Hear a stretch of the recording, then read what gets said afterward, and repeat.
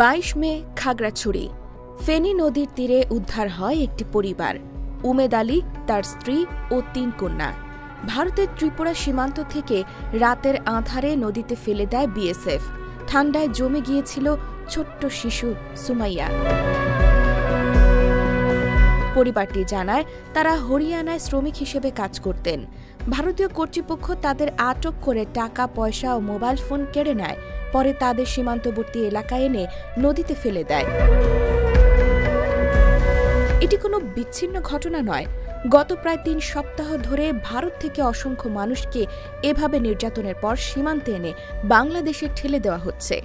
Bangladesh border guard জানায়, মাত্র ২০ দিনের ব্যবধানে ভারত ১,০৫৩ জনকে পুশিন করেছে।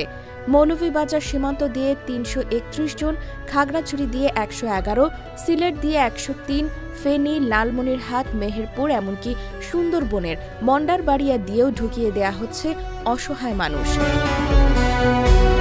এই তালিকায় শুধু বাংলাদেশি নয়, রয়েছে রোহিঙ্গা, যাদের অনেকের আছে UNHCR নিবন্ধনপত্র।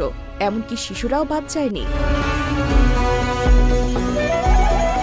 বিজিবি মহাপরিচালক বলেন, এসব একতরফা পদক্ষেপ কূটনৈতিক চুক্তি ও আন্তর্জাতিক মানবাধিকার আইন লঙ্ঘনের শামিল। তবে ভারতীয় কর্তৃপক্ষ এখনও আনুষ্ঠানিকভাবে এসব ঘটনা স্বীকার করছে না। আন্তর্জাতিক মহলে নেই জোরালো প্রতিক্রিয়া। বিশ্লেষকদের মতে, এটি হতে পারে ভারতের অভ্যন্তরীণ রাজনৈতিক চাপে একটি কৌশলগত পদক্ষেপ। নিজেদের জনসংখ্যা ও অভিবাসী সমস্যা বাংলাদেশে ঠেলে দেওয়ার গভীর ষড়যন্ত্র। ফলে বাংলাদেশ পড়ছে নতুন সংকটে: অভ্যন্তরীণ নিরাপত্তা, জনসংখ্যার চাপ এবং মানবিক ও রাজনৈতিক সংকট।